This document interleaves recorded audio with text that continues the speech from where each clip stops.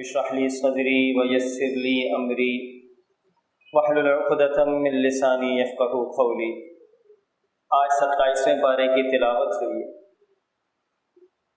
اور 27ویں پارے سے پہلے کل 26ویں پارے میں چند چیزوں کی جو اہم چیزیں تھیں سورۃ الحجرات کی تلاوت ہوئی، اور سورۃ الحجرات کی جو سب سے پہلی آیت ہے، یہ جو سورت ہے قرآن پاک کی، اس کو سمجھنا یہ کافی آسان ہے۔ ویسے تو قرآن خود بہت آسان ہے، لیکن اس سورت میں معاشرتی معاملات کے حوالے سے بہت اچھا تفصیلی تذکرہ ہوا ہے۔ اب یہ جو اس کی پہلی آیت آئی ہے، رب العالمین فرماتے ہیں کہ دیکھیں، ہم لوگ جب ایمان لے کر آئے ہیں، اللہ کے اوپر ایمان لائے ہیں، اللہ کے نبی صلی اللہ علیہ وسلم کے اوپر ایمان لے کر آئے ہیں، یوم آخرت کے اوپر ایمان لائے ہیں، تو کچھ چیزیں ایسی ہیں کہ جن کے اوپر رب العالمین کو کسی بھی قسم کی کوئی غلطی کی گنجائش بالکل قبول نہیں ہے۔ اب یہ جو پہلی آیت آئی ہے، اس پہلی آیت میں رب العالمین فرماتے ہیں کہ اے ایمان والو، یا ایھا الذین آمنوا لا تقدموا بین یدی اللہ ورسولہ، کہ اللہ اور اس کے رسول کے سامنے ایک قدم بھی آگے نہ بڑھاؤ۔ جو اللہ اور اس کے رسول کا حکم آ گیا، اب اس حکم کے بعد ایک قدم بھی تم آگے نہ بڑھانا۔ یعنی کہ کسی معاملے کے اندر اگر اللہ کا کوئی فیصلہ موجود ہے تو منوعاً اس فیصلے کو قبول کرنا ہے۔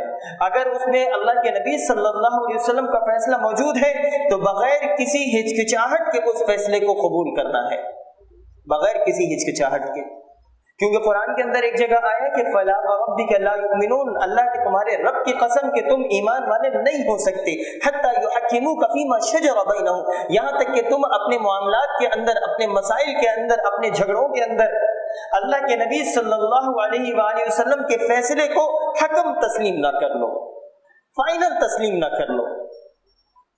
ثُمَّ لَا يَجِدُوا فِي أَنفُسِهِمْ حَرَجًا مِّمَّا قَضَيْتَ، صرف حکم تسلیم کرنے کا مسئلہ نہیں ہے۔ اللہ رب العالمین فرماتے ہیں کہ حکم تسلیم کرنے کے بعد تمہارے دل میں تھوڑی سی بھی ہچکچاہٹ نہیں ہونی چاہیے کہ تم نے اللہ کے نبی کا حکم مانا، تھوڑی سی بھی ہچکچاہٹ کی گنجائش نہیں ہے۔ اور یہاں پر اللہ نے کہا کہ لا تقدموا بین یدی اللہ ورسولہ، اللہ اور اس کے رسول کا جو حکم آ گیا، اس حکم کے بعد ایک قدم بھی آگے نہ بڑھانا۔ اس آیت کے بعد جو اگلی آیت ہے، اس کے اندر تو یہ بات ہے کہ قدم تو قدم، یا ایھا الذین آمنوا، اے ایمان والو، لا ترفعوا اصواتکم فوق صوت النبی، قدم تو قدم تم اپنی آوازوں کو بھی اللہ کے نبی صلی اللہ علیہ وسلم کی آواز سے بلند نہ کرنا، کیونکہ یہ وہ جگہ ہے جہاں پر کسی کی کوئی غلطی برداشت نہیں ہوگی۔ قدم تو قدم اپنی آوازوں کو اللہ کے نبی کی آواز سے بلند نہ کرنا۔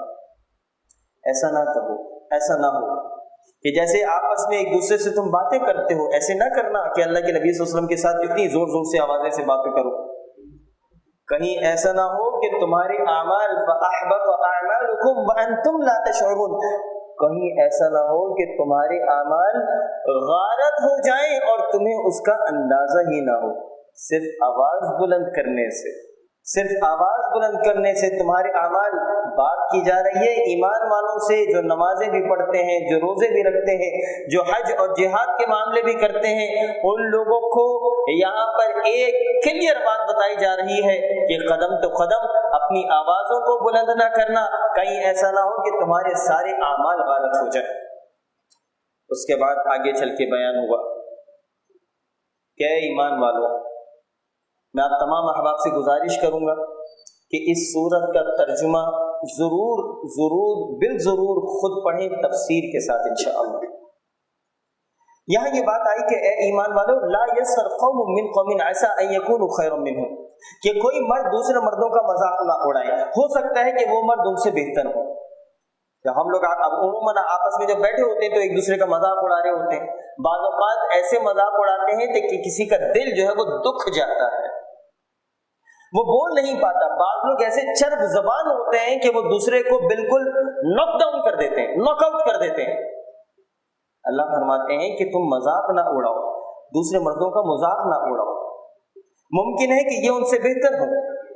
وَلَا نِسَاءٌ مِّن نِّسَاءٍ عَسَىٰ أَن يَكُنَّ خَيْرًا مِّنْهُنَّ, اور نہ عورتیں دوسری عورتوں کا مذاق اڑائیں کہ کہیں ایسا نہ ہو کہ وہ ان سے بہتر ہوں.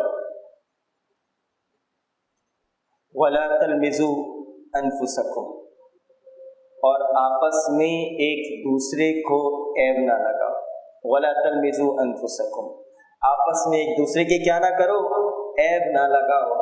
وَلَا تَلْمِزُوا أَنفُسَكُمْ وَلَا تَنَابَزُوا بِالْأَلْقَابِ, اور نہ کسی کو برے لقب دو. بئس الاسم الفسوق بعد الایمان, جو لوگ یہ کام کریں گے تو اللہ فرماتے ہیں کہ ایمان کے بعد فسق میں نام پیدا کرنا یہ کیسا ہے, یہ برا نام ہے. ایمان کے بعد فسق کے اندر چلے جانا یہ برائی کا کام ہے, اور جو توبہ نہ کرے وہی ظالم لوگ ہیں. اس کے بعد اگلی آیت کیا آ رہی ہے, یا ایھا الذین آمنوا, اے ایمان والو, اجتنبوا کثیرا من الظن, زیادہ گمان کرنے سے اجتناب کرو. ہم لوگ عموماً لوگوں کے بارے میں گمان کرتے ہیں نا کہ اس نے یہ کیا ہوگا, کسی کے گھر پر چلے جاتے ہیں, گھر پر اگر وہ نہیں آ رہا تو پھر گمان خود ہی کرتے ہیں کہ بیٹھے ہوئے تو ہیں گھر میں بڑے میاں, اور بچوں سے کہلوا دیے کہ گھر پہ نہیں ہے. یہ دل میں گمان ہو رہا ہوتا ہے. رب العالمین فرماتے ہیں کہ دیکھو اپنے تعلقات کو اگر تم مضبوط کرنا چاہتے ہو, تم چاہتے ہو کہ تعلقات میں شیطان کی آمیزش نہ ہو, اس کے وسوسے نہ آئیں, تو یہ چیزوں ان کے اوپر تم کاربند ہو جاؤ کہ اجتنبوا کثیرا من الظن, تم زیادہ گمان کرنے سے بچو. ان بعض الظن اثم, کیونکہ بعض گمان جو ہیں وہ گناہ ہے. ولا تجسسوا, اور ایک دوسرے کی ٹوہ نہ کرو, تجسس نہ کرو. ولا تجسسوا, ایک دوسرے کی ٹوہ نہ کرو, کسی کی ٹوہ میں نہ پڑ جاؤ کہ فلانا کیا کام کر رہا ہے, فلانے کی کیا معاملات ہیں, فلانے کے کیا مسائل ہیں, ذرا پتہ تو کرو. نہیں, ولا تجسسوا حکم ہے نہیں کرنا یہ کام. اور اگلے الفاظ ہیں ولا یغتب بعضکم بعضا, اور کیا نہ کرو, غیبت نہ کرو. غیبت نہ کرو, ایک دوسرے کی غیبت نہ کرو. اور یہ معاملہ ہمارے دیکھیں, یہ جو معاشرتی مسائل کے جو چند اہم پہلو ہیں, رب العالمین نے ان کے اوپر بڑی کاری ضرب لگائی ہے کہ دیکھو تم محبت کے رشتے اختیار کرنا چاہتے ہو, تم تعلقات بنانا چاہتے ہو, چاہے وہ میاں بیوی ہوں, چاہے وہ بہن بھائی ہوں, چاہے وہ رشتہ دار ہوں, چاہے وہ آفس کے کولیگز ہوں, چاہے وہ دوست و احباب ہوں, ان کو توڑنے کی یہ چیزیں رب العالمین نے بیان کی کہ وہ غیبت نہ کرنا.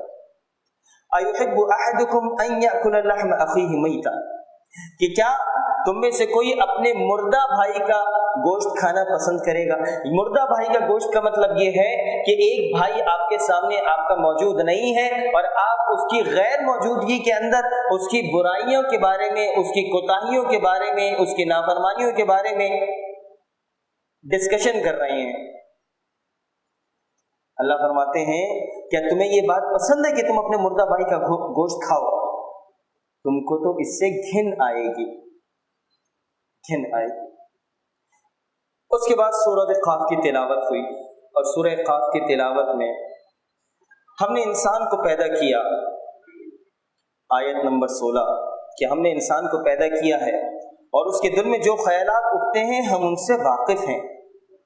وَنَحْنُ أَقْرَبُ إِلَيْهِ مِنْ حَبْلِ الْوَرِيدِ, اور ہم اس کی رگے جان سے بھی زیادہ قریب ہیں. ہمیں اس چیز کا علم ہے, شاید تم سے زیادہ تمہارا علم ہے. پچھلی جگہ قرآن کے اندر یہ گزرا ہے کہ يَعْلَمُ خَائِنَةُ الْأَعْيُنِ, وہ تمہاری یہ آنکھوں کی جو تم خیانت کرتے ہو اس سے وہ واقف ہے. وما تخفی الصدور, اور تمہارے سینوں میں جو چھپا ہوا ہے رب العالمین اس سے بھی واقف ہے. یہاں اللہ نے کہا کہ وَنَحْنُ أَقْرَبُ إِلَيْهِ مِنْ حَبْلِ الْوَرِيدِ, وہ تمہاری رگے جان سے بھی زیادہ قریب ہے. إِذْ يَتَلَقَّى الْمُتَلَقِّيَانِ عَنِ الْيَمِينِ وَعَنِ الشِّمَالِ قَعِيدٌ, کہ جس وقت دو لینے والے جاتے ہیں, ایک دائیں طرف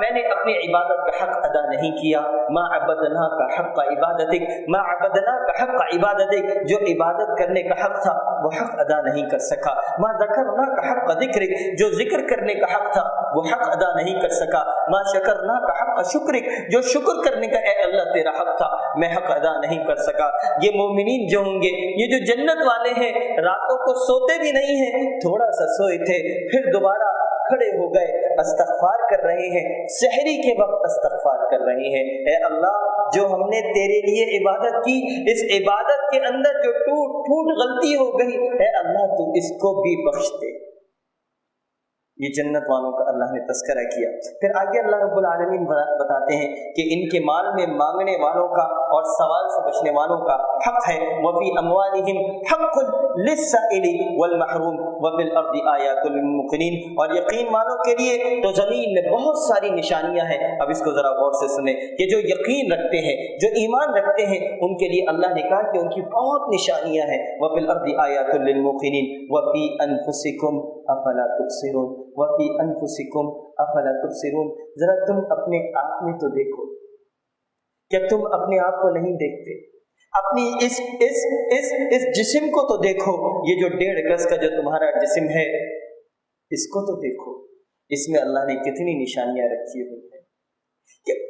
کیا تم اس دل کو کیا تم چلا رہے ہو؟ کیا یہ دل تمہارے کہنے سے دھڑکتا ہے؟ کیا یہ دل تمہارے کہنے سے خون کی صفائی کرتا ہے؟ کیا یہ پھیپھڑے یہ تمہارے کہنے سے سانس لیتے ہیں؟ کیا یہ ڈائجسٹو سسٹم جو نظام انہضام ہے، تو انہضام ہے، کیا اس کو تم چلا رہے ہو؟ کیا یہ جو آنکھوں کی بصارت ہے کیا تم نے اس کے اندر ڈالی ہوئی ہے؟ کیا یہ زبان کے اندر بولنے کی طاقت کیا تم نے اس کے اندر ڈالی ہے؟ کیا سننے کے اندر تمہاری سماعت کیا تم نے یہ ڈالی ہے؟ تم اپنی جسم کی ان ساری چیزوں پہ غور کرو گے تو تم یقیناً اللہ کو پایا ہوگے کہ یہ ساری چیزیں اگر کوئی کسی کے قبضہ قدرت میں ہے تو وہ صرف ایک ذات ہے اس کے. اور تم سمجھتے ہو، تم ذرا اپنے اوپر تو غور کرو، تم تو اس قابل بھی نہیں ہو، تمہارے پاس تو اتنی طاقت بھی نہیں ہے کہ تمہارے چہرے پر، تمہارے جسم پر یہ جب سفید بال آنا شروع ہوتے ہیں تو تم ان سفید بالوں کو آنے سے روک بھی نہیں سکتے. تمہارے چہرے پر جھریاں آنا شروع ہو جاتی ہیں، تم ان چہرے پہ آنے والی جھریوں تک تو تم روک نہیں سکتے. تمہاری تو یہ اوقات ہے. اپنے اوپر غور کرو، اپنے اوپر غور کرو کہ تمہاری بصارت کیا ختم ہو چکی ہے. یہ اللہ کی نشانی ہے. پھر آگے اللہ کہتے ہیں وَفِي السَّمَاءِ رِزْقُكُمْ وَمَا تُوعَدُونَ. اور تمہاری روزی جو تم سے وعدہ کیا ہے یہ سب آسمان کے اندر ہے، یہ سب آسمان کے اندر ہے. اب یہاں پر سورۃ الزاریات 27ویں پارے کی تلاوت کا آغاز ہوا اور یہی رزق کے حوالے سے ایک بات ہوئی. یہاں یہ آیت آئی کہ وما خلقت الجن والانس الا لیعبدون. انسان کی جو پیدائش کا مقصد ہے وہ کیا ہے؟ وہ کیا ہے؟ صرف اور صرف اللہ کی عبادت. وما خلقت الجن والانس الا لیعبدون. پرائمری کام جو ہے وہ اللہ کی عبادت کرنا ہے.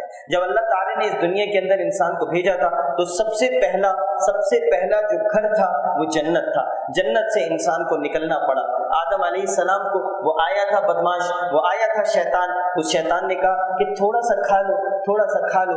بابا نے، ماما نے، اماں اور ابا نے دونوں نے وہ تھوڑا سا کھا لیا. اس کے بعد کیا ہوا؟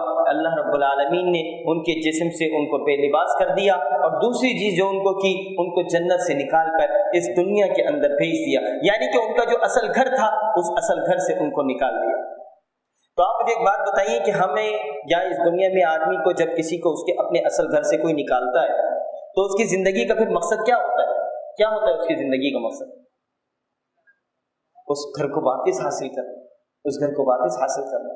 تو انسان کو جب اللہ تعالیٰ نے جنت سے نکالا تھا تو انسان کو نکالنے کے بعد اس کے دماغ میں، اس کے دل کے اندر ایک پیدائشی طور پر ایک مقصد حیات موجود ہے کہ تم نے واپس اپنے اصل گھر کو حاصل کرنا ہے. اور اصل گھر کیا ہے؟ وہ جنت ہے. تم نے جنت کو حاصل کرنا ہے. وہ جو بچہ چھوٹا سا ہوتا ہے اس کی زندگی کا مقصد یہ ہوتا ہے تم نے جنت حاصل کرنی ہے، جنت میں اللہ سے ملاقات کرنی ہے، اس کا دیدار کرنا ہے. یہ مقصد تھا. لیکن وہ بچہ تھوڑا بڑا ہوتا چلا جاتا ہے، ہوتا جاتا ہے، ہوتا جاتا ہے، تو اس کی پھر زندگی کا مقصد کیا بن جاتا ہے؟